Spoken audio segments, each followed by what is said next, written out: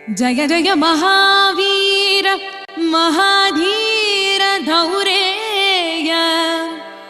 देवासुर समर समय समुदित निखिल निर्जर निर्धारित निरवधिक महात्म्य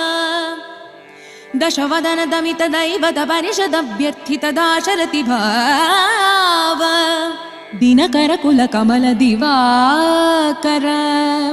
दिविशदधिपति रण सहचरण चतुरदशरथ चरमरण विमोचन कोसलसुता कुमार भाव कंचुकित कारणाकार कौमार केळि गोपागित कौशिकाध्वर ರಣಾಧ್ವರ दुर्य भव्य दिव्यास्त्र बृंद वंदित प्रणत जन विमत विमथन दुर्ललित दोर्ललिता तनुतर विशिख विताडन विघटित विशरारु शरारु ताटका ताटकेय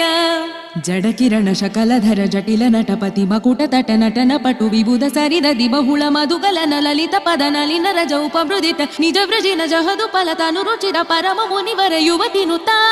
कुशिक सुत कथित विदित नव विविध कथा मैथिल नगर सुलोचना लोचन चकोर चंद्र खंड परशु कोदंड प्रकांड खंडन शौंड भुज दंड चंडकर किरण मंडल बोधित पुंडरीक वन रुचिलुंटाकलोचना मोचित जनक हृदय शंकातंक परिहृत निखिल नरपति वरण जनक दुहितृ कुच तुट विहरण समुचित करतला शतकोटि शतगुण कठिन परशुधर मुनिवर कर धृत दुरवन मतम निज धनुराकर्षण प्रकाशित पारमेष्ट्या